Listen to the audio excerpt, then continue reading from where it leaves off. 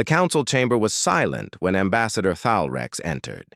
His 4 arms trembled slightly as he walked toward the speaker's platform.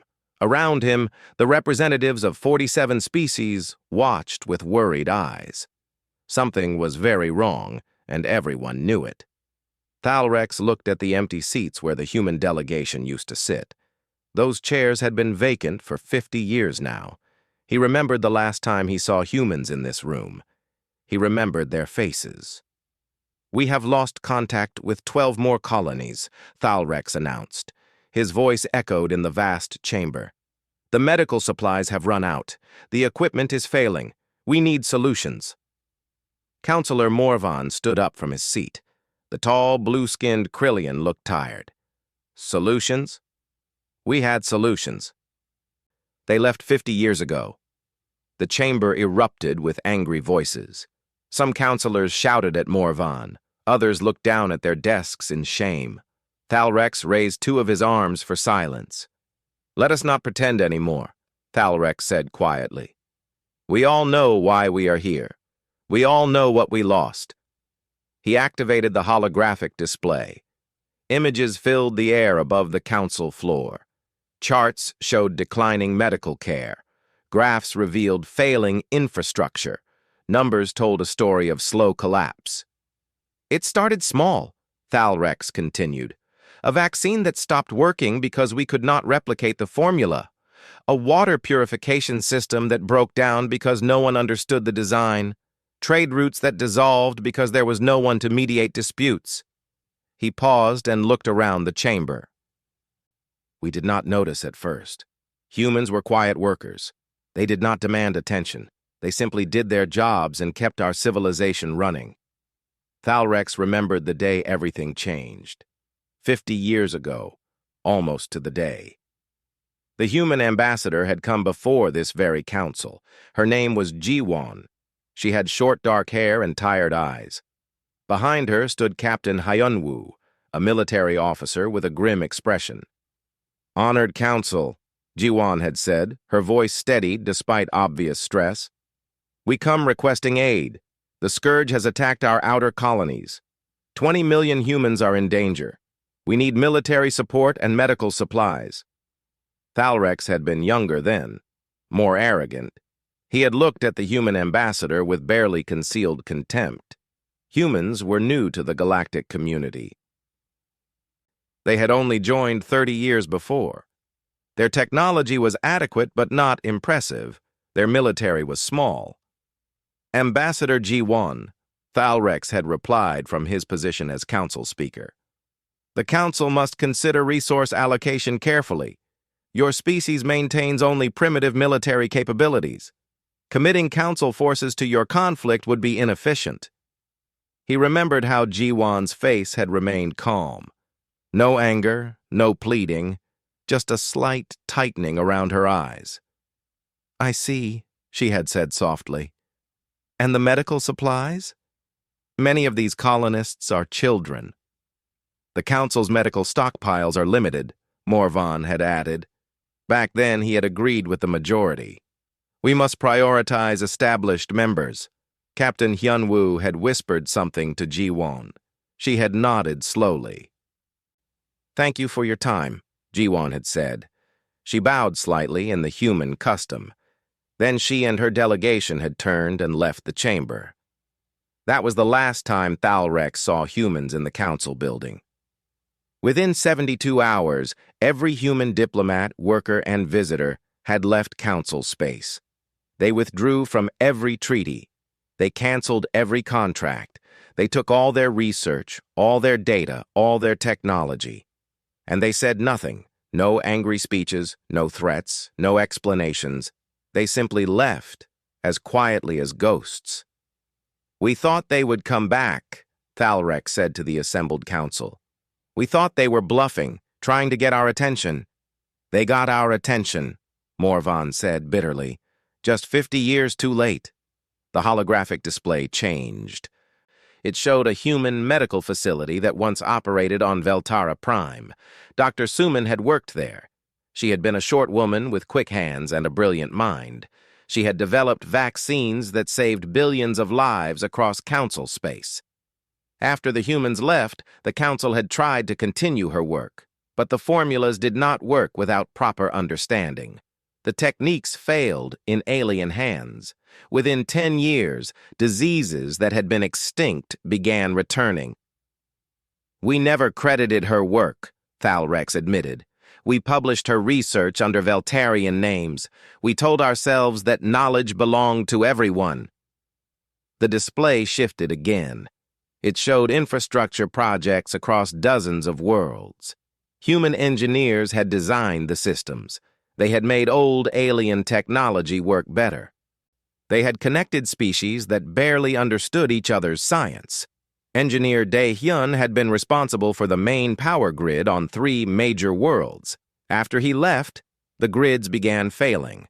The council brought in their best engineers. They studied the designs for years, but they could not understand the elegant simplicity of Dae-hyun's work. He had built systems that adapted and learned. Without him, they slowly died. "We took everything," Morvan said. "We took their ideas, their work, their inventions. We gave them nothing in return, not even respect. And when they needed us," Thalrex added, "we turned them away." The council chamber was silent again. Everyone knew the truth now. The collapse they were experiencing was not random. It was not bad luck. It was the absence of humanity. "We have tried to contact them," Thalrex said. "For 50 years we have sent messages.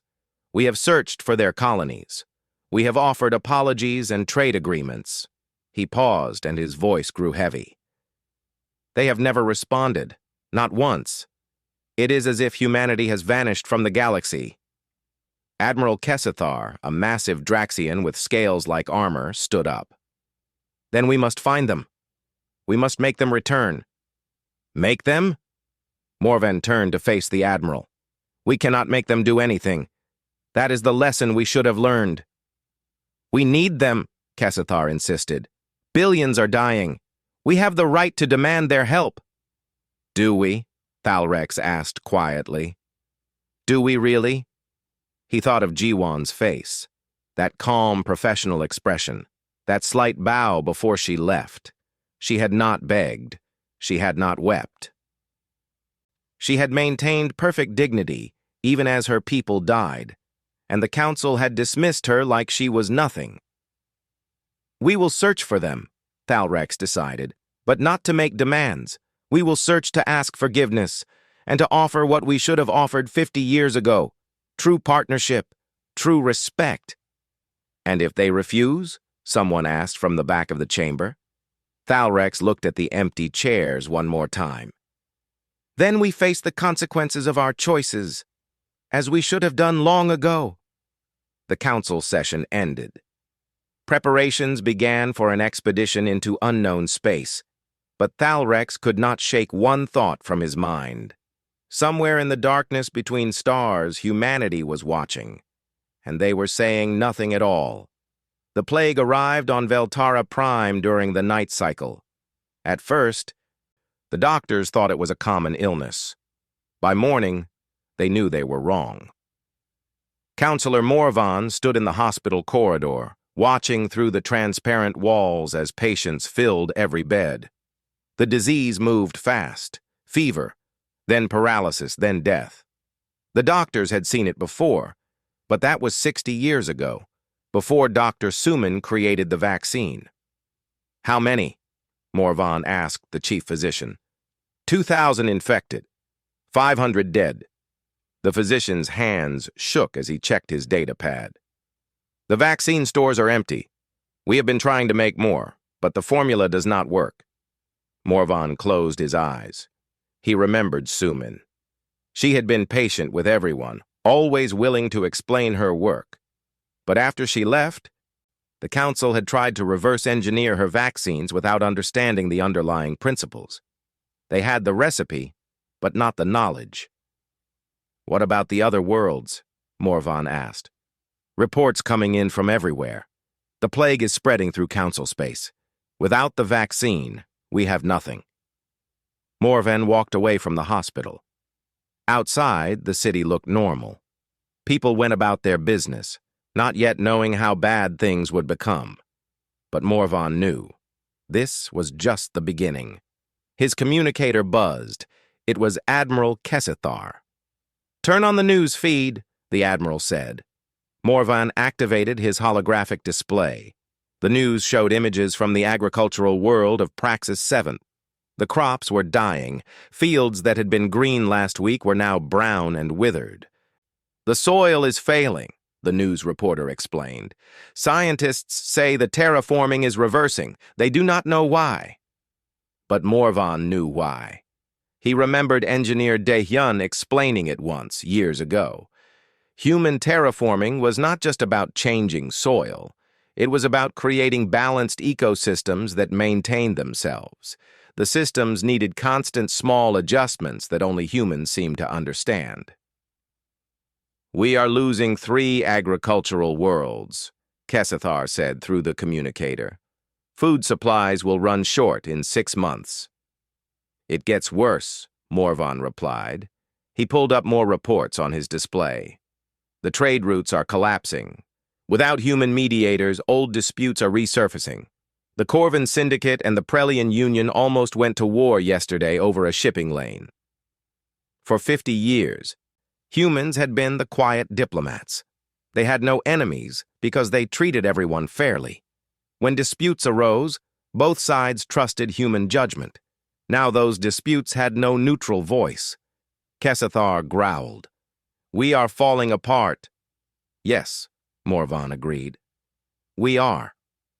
He thought about how it had happened. The humans had not sabotaged anything. They had not destroyed their work before leaving. They had simply taken their knowledge and stopped helping.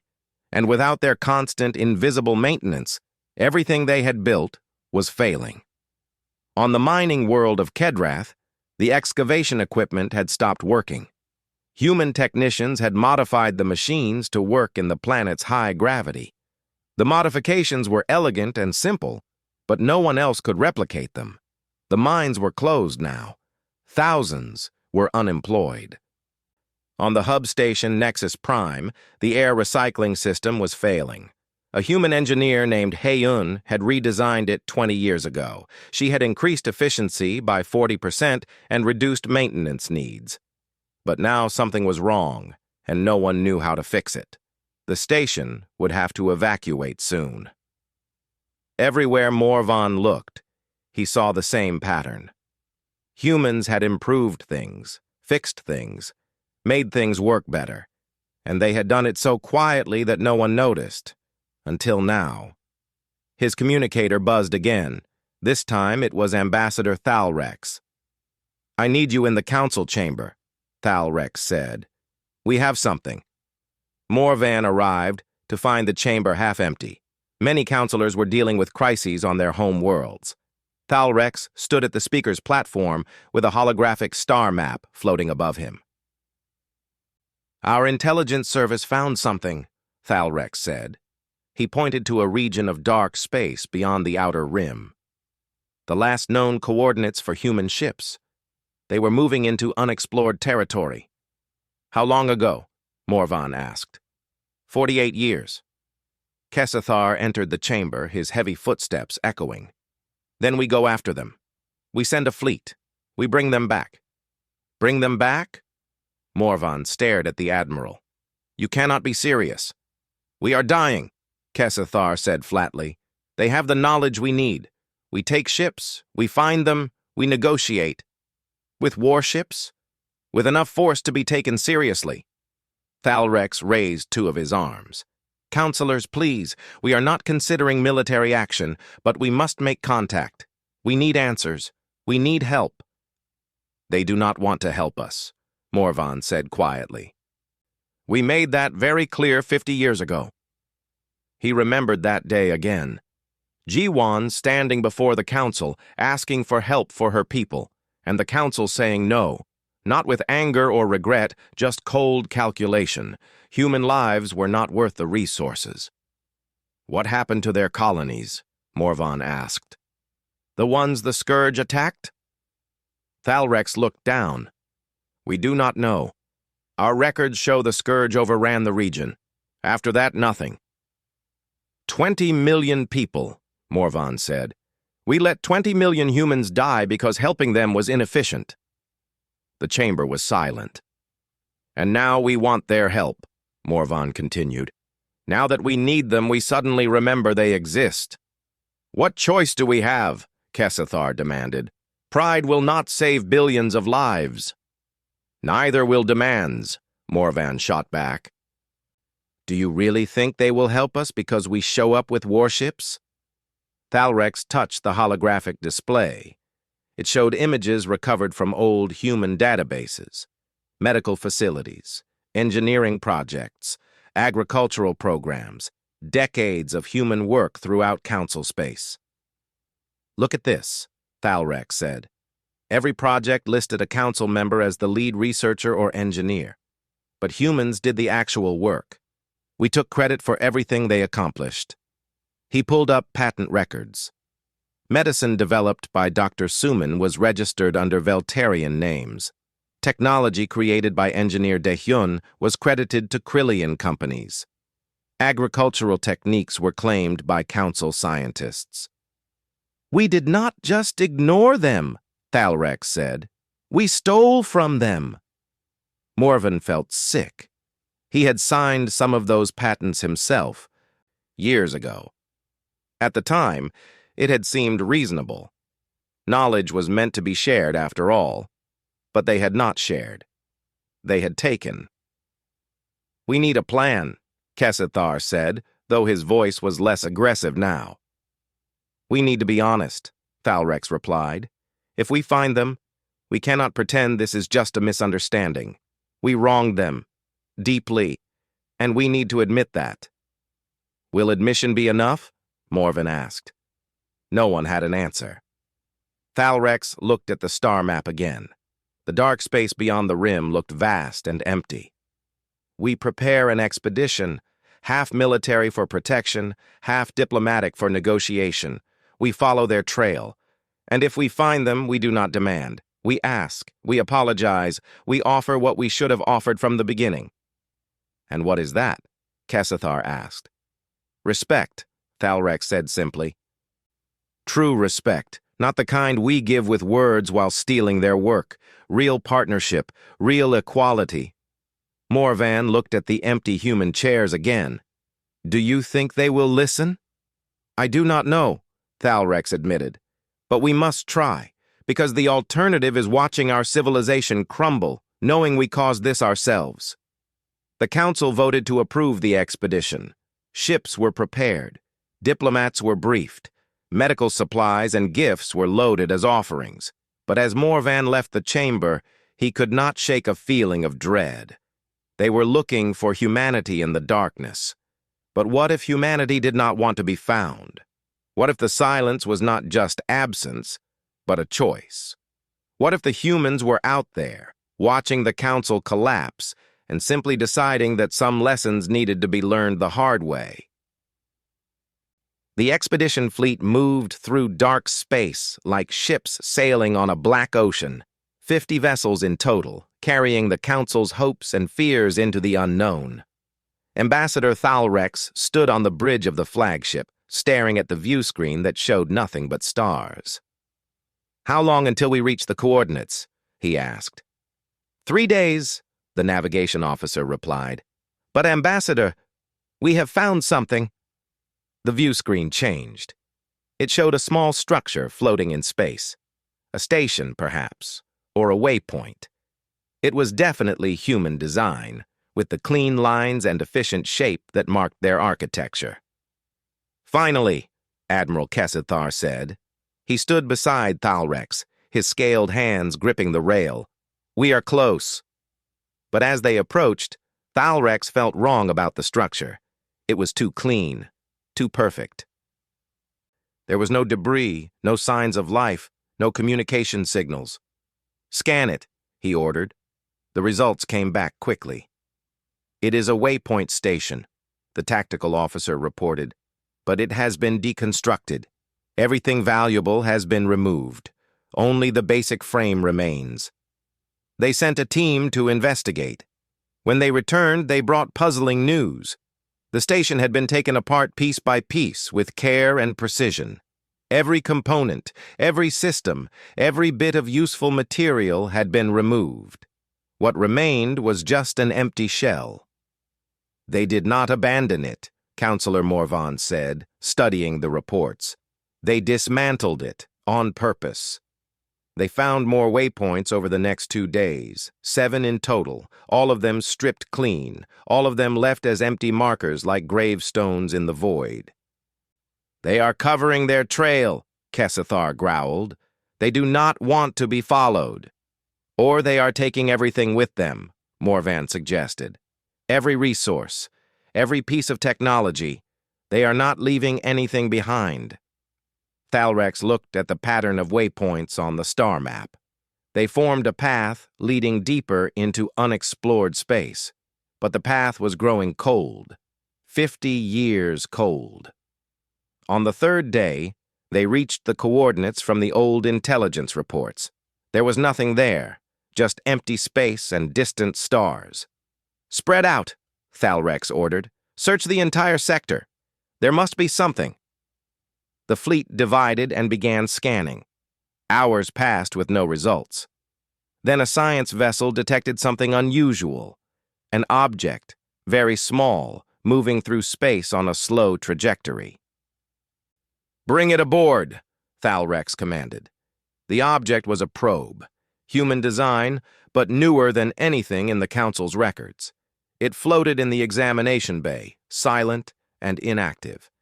Engineers studied it carefully, afraid to trigger any defensive systems. "There is a data core," one engineer reported. "It appears to be waiting." "Waiting for what?" "For us, I think." They activated the probe carefully. Its surface lit up with soft blue light. A holographic projector came online, and suddenly, a woman stood before them. She wore a simple uniform with captain's insignia. Her name tag read Yuna. She looked to be in her 40s with short hair and calm eyes. The hologram was just a recording, but it felt like she was looking directly at Thalrex. "Greetings," Captain Yuna said. Her voice was professional and courteous. "If you are seeing this message, it means you have followed our trail into this sector. We want you to know that we appreciate your persistence." She smiled slightly, but there was no warmth in it. "Humanity has relocated," she continued. "We have taken all our people, all our colonies, all our resources, and moved to a new region of space. We have deconstructed our way stations and removed all traces of our presence in Council territory.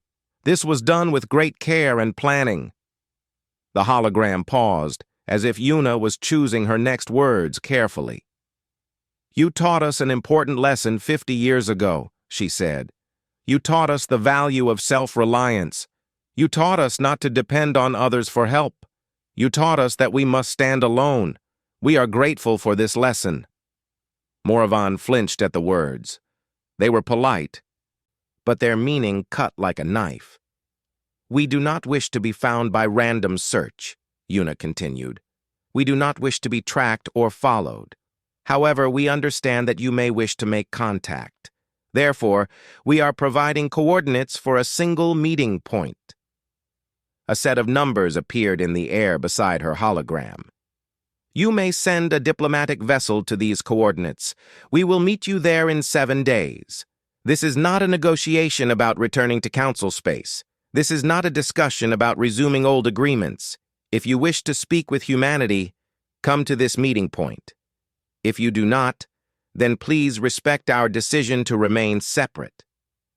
Captain Yuna bowed slightly, the same way Ambassador Jiwan had bowed 50 years ago. "We hope you are well," she said. "Goodbye." The hologram disappeared. The bridge was silent. Everyone stared at the space where the woman had stood. Finally, Kessathar spoke. "This is ridiculous. We should track the probe's origin point, find where it came from." "No," Thalrex said firmly. "But we need to know where they are." And they have made it clear they will not tell us, Morvan added. This probe is a test. If we try to track them, if we try to find them against their wishes, we prove we have learned nothing. Thalrex looked at the coordinates Una had provided. We go to the meeting point. We send a small diplomatic ship as they requested.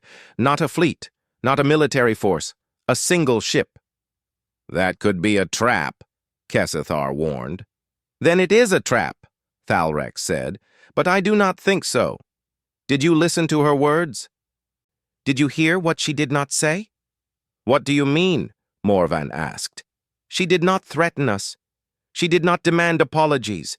She did not express anger. She was professional and courteous. That is so much worse than anger. Morvan understood. Because anger means there is still emotion, still connection. But courtesy means they have moved on, Thalrex finished. They do not hate us. They have simply decided we are not worth their time. The fleet returned to council space. Thalrex spent the next few days preparing for the meeting. He chose a small diplomatic vessel, comfortable but not luxurious. He selected a minimal crew, and he chose his delegation carefully, himself, Morvan, and Admiral Kessithar. Why me? Kessithar asked. I wanted to track them. They will not want me there. Exactly, Thalrex said. We need to show them all of us, not just the politicians who can speak pretty words. They need to see the ones who wanted to hunt them, the ones who still do not fully understand. That is how trust begins. They departed on schedule. The journey to the coordinates took 4 days. As they approached, sensors detected a ship waiting for them. It was small, like their own vessel. Human design, but again, newer than anything in council records. Elegant and efficient. It did not power weapons or shields. It simply waited. They are hailing us, the communication officer said. Accept, Thalrex ordered. The view screen showed a man in a simple uniform. His name tag read Minho.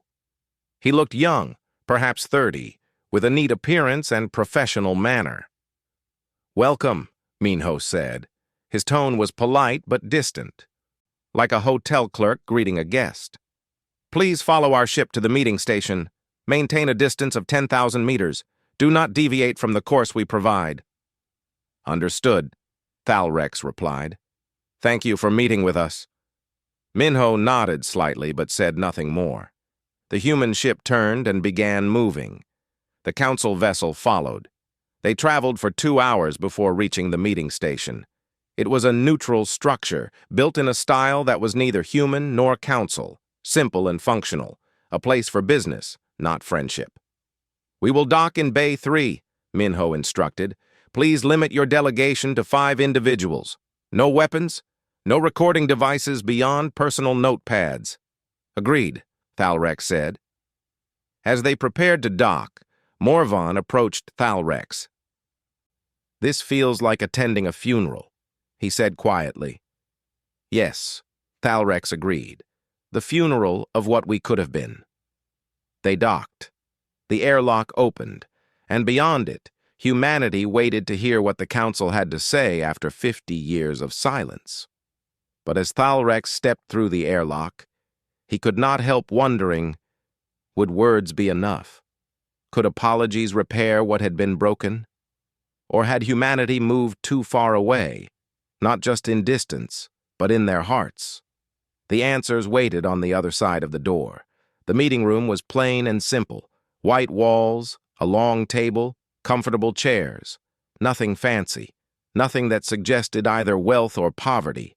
It was a space designed for business, nothing more. Ambassador Thalrex sat on one side of the table with Councillor Morvan and Admiral Kessithar. Across from them sat 3 humans. In the center was a man wearing a formal diplomatic suit. His name badge read Seojun Chief Negotiator. He appeared to be in his 50s, with gray hair and steady eyes that revealed nothing. To his right sat a woman in a medical officer's uniform. Dr. June, her badge said. She held a data pad and watched the council delegation with professional interest. To Seojun's left was a younger man in a military uniform. He was introduced as a security liaison but gave no name. He sat perfectly still, hands folded on the table. "Thank you for coming," Seojun said. His voice was calm and measured. "Please, tell us why you wish to meet."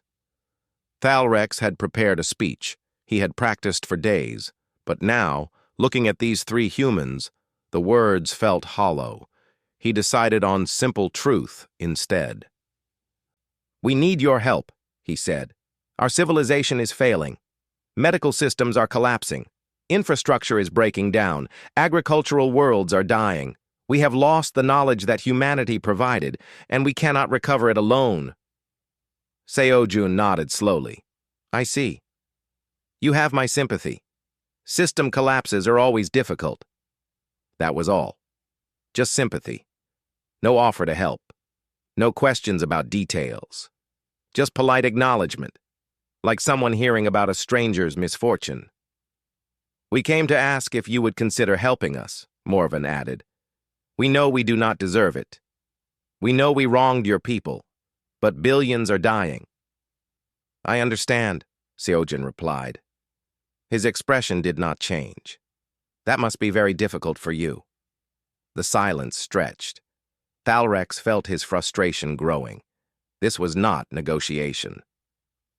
This was not even conversation. It was like talking to a wall that occasionally said polite things. "What do you want?" Thalrex asked directly. "What would it take for humanity to help the Council?" "An interesting question," Seojun said. He leaned back in his chair. "But perhaps you are asking the wrong thing. The question is not what we want. The question is whether we have any reason to help you at all." Dr. Jun tapped her datapad.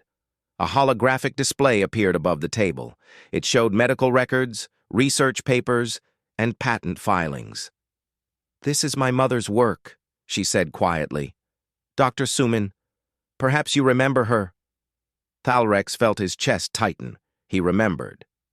"She developed 17 major vaccines and 43 medical treatments during her time in Council space," June continued.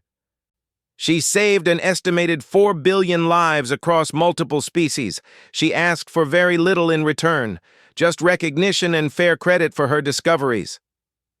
The display changed, showing patent records. Instead, every single one of her treatments was registered under Veltarian names. Her research papers were published with Council scientists listed as primary authors. She received no credit, no acknowledgement, nothing. "We did not know," Morvan said weakly. "Yes, you did," June replied. Her voice remained professional, but there was steel beneath it. "My mother filed complaints. She submitted formal protests. She followed every proper channel. Each time, she was told that knowledge belonged to the galactic community, that personal credit was less important than shared progress." She pulled up more records, engineering projects, agricultural developments, navigation systems, hundreds of examples of human work credited to Council members. "This was not an accident," Jun said. "This was policy. You took human innovation and claimed it as your own, systematically, for decades." Kesathar's temper finally broke. "So this is revenge? You let billions die for revenge?" The young security officer moved slightly, but Seojun raised a hand. The officer settled back into stillness. "Not revenge," Seojun said calmly. "Self-preservation.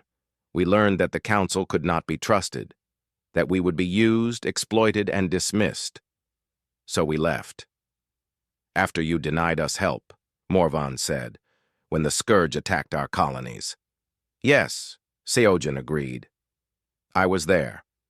I was a junior diplomat in Ambassador Jiwon's delegation." He stood and walked to the window. Beyond it, stars shone in the darkness.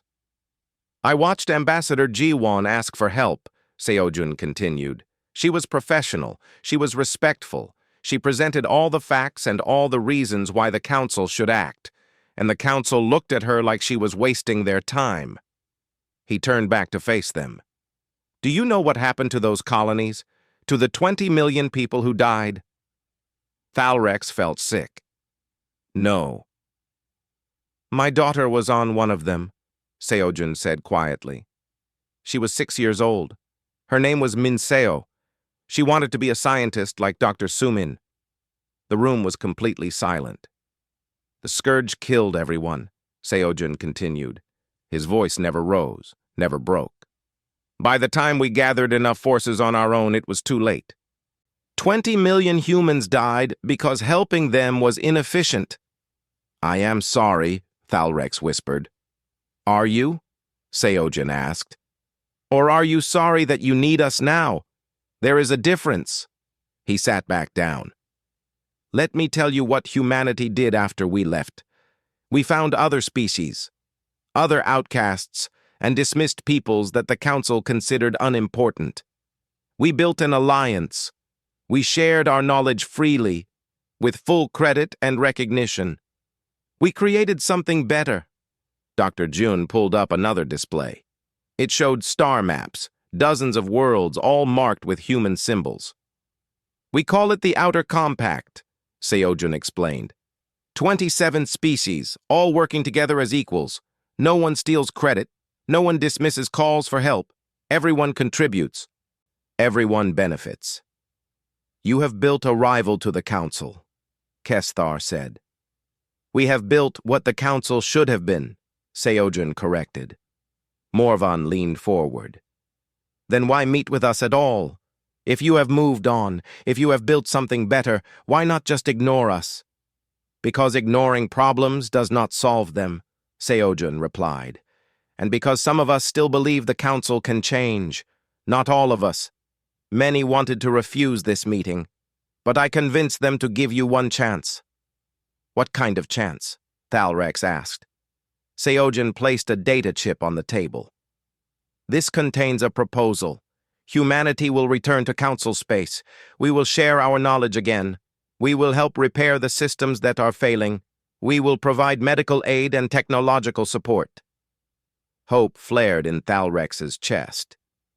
But then he saw Seojin's expression and knew there was more. In exchange, Seojin continued, the Council must restructure completely. Humans will have equal representation at all levels of government. All past human contributions will be acknowledged and credited properly. All species will have equal voice, not just the founding members. And most importantly, the Council Charter will be rewritten to make it illegal to dismiss any member's call for help. You want to change everything, Kesthar said. Yes, Seojin agreed.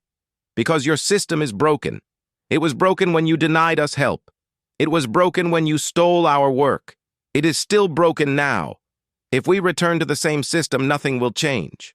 He stood again. You have 30 days to decide. Accept our terms, and humanity will help rebuild. Reject them, and we go our separate ways permanently. There will be no second chances, no more meetings, no more discussions. And if we cannot decide in 30 days, Morvan asked. Then you have decided, Seojin said simply. The choice is yours. But understand this. We do not need you. You need us. That is why we can make demands. That is why we can set terms. Dr. Jian gathered her materials. The security officer stood. The meeting was ending. Wait, Thalrex said. If we accept, if we change, will you truly forgive what we did? Seojin paused at the door. Forgiveness is not the same as forgetting. We can work together. We can build something better. But we will never forget what happened. We will never forget Minseo and the 20 million others. We will never forget how the Council treated us. He looked back at them. The question is whether you can accept working with people who remember your mistakes. Whether you can accept being equals instead of superiors. That is what you need to decide in the next 30 days. The humans left. The door closed. The 3 council members sat in silence. Finally, Kesthar spoke. They are right. Thalrex and Morvan looked at him in surprise. Everything they said, the Admiral continued. They are right. We were arrogant. We were cruel. We deserved this. So we accept their terms? Morvan asked. We do more than accept, Thalrex said. We embrace them, because they are offering us something we do not deserve. A second chance. They took the data chip and returned to their ship. As they left the station, Thalrex looked back at the human vessel. It remained docked, waiting patiently, not chasing them. Not demanding an immediate answer, just waiting, with all the quiet confidence of people who knew they held all the power. And for the first time in 50 years, Thalrex felt hope. Not because the council was strong, but because perhaps finally they were ready to be humble. 1 year later, the council chamber looked different. The seats had been rearranged. Where once the founding species sat at the center, now all species had equal position in a circular formation. New chairs had been added. Human chairs. And they were not empty anymore. Ambassador Seojun stood at the speaker's platform, sharing the position with Ambassador Thalrex. They wore similar formal robes now, marking them as co-speakers of the Reformed Council. It had taken months of debate and restructuring, but the old council was gone. Something new had taken its place. Today marks the first anniversary of the new covenant, Seojun announced to the assembled delegates. 1 year since humanity returned. 1 year since we began rebuilding together. Thalrex looked around the chamber. The changes went deeper than new chairs. The entire government had been reformed. Every committee now required representatives from at least 5 different species. Every decision needed majority approval, with no single species holding veto power. And most importantly, emergency aid requests could not be denied by vote. They were mandatory. The work has been difficult, Seojun continued, but the results speak for themselves. A holographic display activated, showing statistics from across council space. Medical systems restored, infrastructure repaired, agricultural worlds thriving again. The numbers told a story of recovery. But Thalrex knew the real story was more complicated. The first month had been the hardest. When humanity's terms became public, many council members had been outraged. They called it humiliation. They said humanity was conquering them without firing a shot. Some species threatened to leave the council entirely rather than accept equal status with humans. Councillor Morvan had worked tirelessly during those weeks. He traveled to dozens of worlds, speaking to leaders, explaining why the changes were necessary, not because humans demanded it, but because the old system had been wrong from the beginning. We built a hierarchy, Morvan had told them. We put ourselves at the top and everyone else below. We wonder why it collapsed, but the answer is obvious. You cannot build a civilization on inequality. Slowly, species began to agree. Some because they saw the wisdom, others because they were desperate, a few because they had been on the receiving end of council arrogance themselves and wanted revenge. But agreement was only the first step. When humanity returned, they brought others with them. The outer compact species, the ones humanity had befriended during their 50 years away. 27 species that had been dismissed or ignored by the council. Now they joined as equal members. The chamber had to be expanded twice to fit everyone. Admiral Kessathar had struggled the most with the changes. He was used to military hierarchy and clear chains of command. The new consensus-based system frustrated him, but he learned.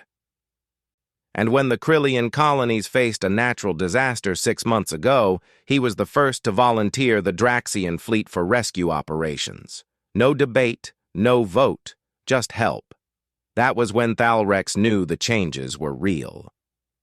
We have also begun the Historical Accountability Project, Seojun said, pulling Thalrex's attention back to the present. Dr. Jun will explain. Dr. Jun stood and activated a new display. It showed the corrected historical records, every human contribution from the past decades, properly credited now. every stolen patent returned, every piece of work acknowledged. This is not about blame, June explained. This is about truth. Future generations need to know what really happened. They need to understand how we got here, so they never repeat these mistakes. The display showed Dr. Suman's work, with her name prominent on every vaccine and treatment. It showed Engineer Dae-hyun's infrastructure designs, properly attributed. It showed hundreds of other humans whose quiet work had kept the council functioning, but it also showed the council members who had stolen that work. Their names were there, too, marked as falsely credited. It was uncomfortable truth, but necessary truth.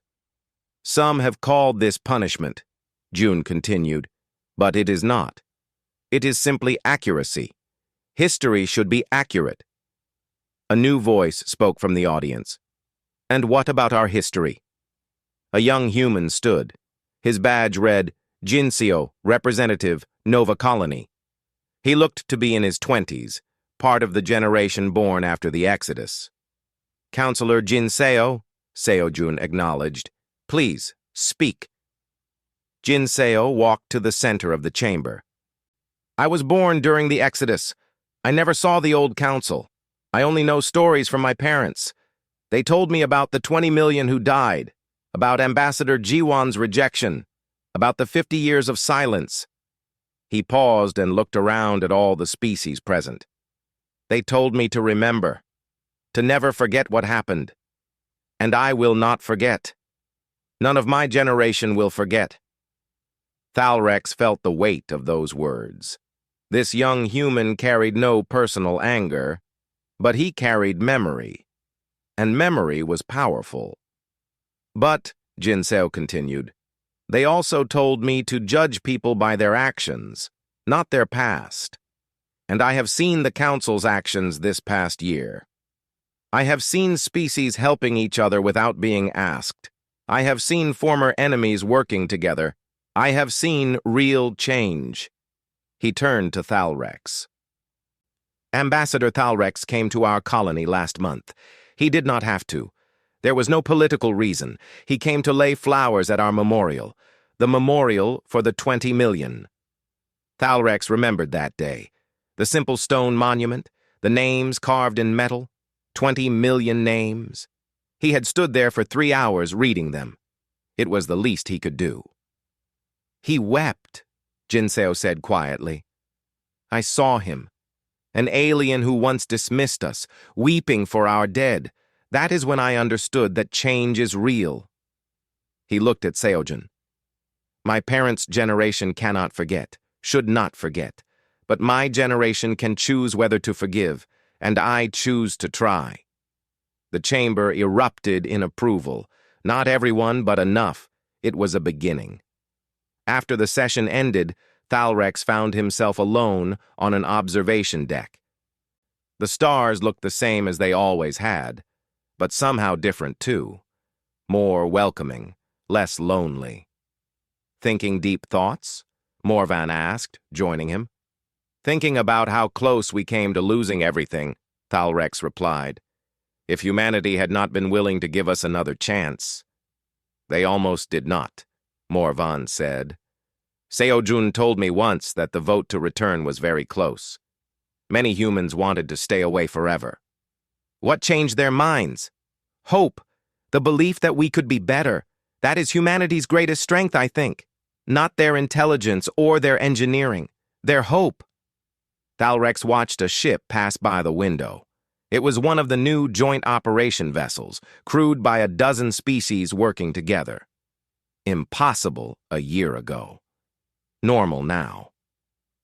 Do you think it will last? He asked.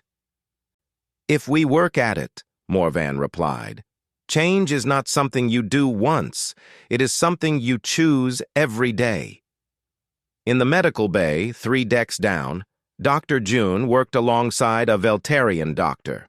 They were developing a new vaccine together, with both their names on the research. Equal credit, equal respect. In the engineering section, teams of humans and aliens rebuilt a power system. Engineer Dae-hyun's son, Taewon, supervised the work. He explained his father's designs to eager students from 5 different species. Knowledge shared freely, the way it should have been all along. In the diplomatic wing, Ambassador Seojin met with representatives from a newly discovered species. They were nervous, unsure if they belonged in the galactic community. He assured them they did. Every species belonged. That was the whole point. And in his quarters, Admiral Kesethar reviewed security reports. But these reports were different from the old days. They tracked not threats, but cooperation, joint operations, shared resources, mutual aid. He had spent his whole life preparing for war. Now he spent his time maintaining peace. It was strange work, but good work. Months passed. The new covenant grew stronger. More species joined. More reforms were implemented. The Outer Compact merged fully with the Council, bringing their fresh perspectives and innovative ideas. And slowly, carefully, humanity began revealing the full extent of what they had built during their 50 years away. The colonies they had established, the technologies they had developed, the alliances they had formed. It was impressive. More than impressive. It was stunning. "We could have been enemies," Seojin said during one council session. "We could have returned as conquerors. We had the strength, we had the reason, but we chose partnership instead." "Why?" someone asked from the audience. Seojin smiled. "Because conquest is easy. Building something together is hard, and humans have always liked challenges." On the anniversary of the new covenant's 2nd year, they unveiled a new monument in the council plaza. It showed 2 hands clasping in partnership. One hand was human, the other was shaped to represent all council species. Engraved at the base were 2 simple lines: "In memory of what was lost, in hope of what can be built." Ambassador Jiwon attended the ceremony. She was old now, retired from active duty. But she stood straight and proud as the monument was revealed. Beside her stood Captain Yunwoo, also retired, also proud. They had lived to see the apology. They had lived to see the change. They had lived to see humanity return not as beggars, but as equals. Thalrex approached them after the ceremony. "I never properly apologized to you," he said. "Not personally, for that day in the chamber, for dismissing you, for failing your people." Jiwon looked at him with those same steady eyes from 50 years ago. "You apologized with your actions," she said. "That is the only apology that matters." She offered her hand. Thalrex took it. 2 hands clasping, just like the monument. Different species. Equal respect. As the ceremony ended and people dispersed, young Jinseo stood looking at the monument. An alien child approached him, curious. "Why did humans come back?" the child asked. "If we hurt them?" Jinseo thought about the question. He thought about his parents' stories. He thought about the 20 million names on the memorial. He thought about the new world they were building together. "Because staying away would have been easy," he finally answered. "And humans do not do easy." He smiled at the child. "Come on. Let me show you the new library. It has books from 30 species now, all different, all equal, all amazing." They walked away together, one human and one alien, toward a future that neither of their ancestors could have imagined. A future built not on dominance or submission, but on the simple, radical idea that everyone deserved respect. And somewhere in the darkness between stars, in the quiet spaces where humanity had hidden for 50 years, the lights of their colonies burned bright. Not as a threat, not as a challenge, just as a reminder. Humanity was here. Humanity was strong. And humanity remembered everything. But they also believed in second chances. And that belief, more than any weapon or technology, changed the galaxy forever.